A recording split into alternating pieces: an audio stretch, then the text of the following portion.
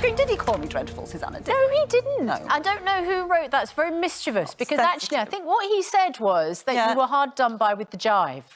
But your boy... That'll be fun. I don't think that he's ever called you dreadful. He praised you to the hilt. Might have done. Anyway, we're glad to have him on the show. We're glad. Good morning, nice to be here. What were we expecting yesterday? What we got. We were expecting what we got. Honestly, you know, you give people an easing of lockdown and you give them... Shielding. Would you want to get... Exactly. I just wonder whether naturally your Exactly. propensity would be to stay... No, those... to something that was mentioned...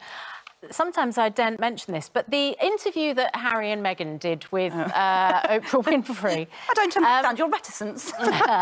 One of the things that emerged in that interview is, of course, the Duchess of Sussex had said that they'd actually got married a couple of days before we all saw them get married in Windsor.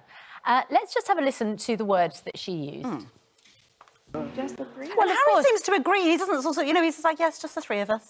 You know what I mean? And people were saying, hang on a moment, how is that possible and how is that legal? Well, the Archbishop of Canterbury has addressed this for the first time because he has done an interview. The use of the word marriage, we got married, was not entirely She meant blessed. accurate. We were blessed. People have their vows blessed, don't they, and things like that. Maybe she just meant that. Yes, I think what he's referring to is one of the number of private and pastoral meetings. Yes. That he had. But she talked in there, didn't she? She said, oh, those vows, those were just for us, the ones we've got framed. She says that, the vows that we've got framed, those are just for us.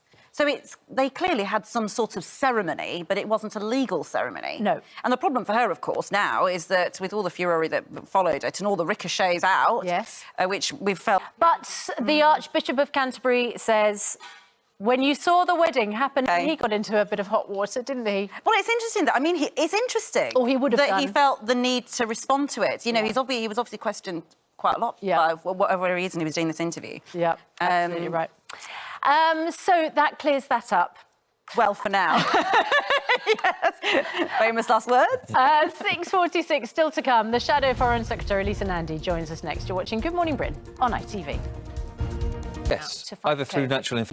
Desperate to enjoy a little bit of freedom. Obviously, there is a risk going abroad, and that decision's not going to be made. To make wearing a mask on the...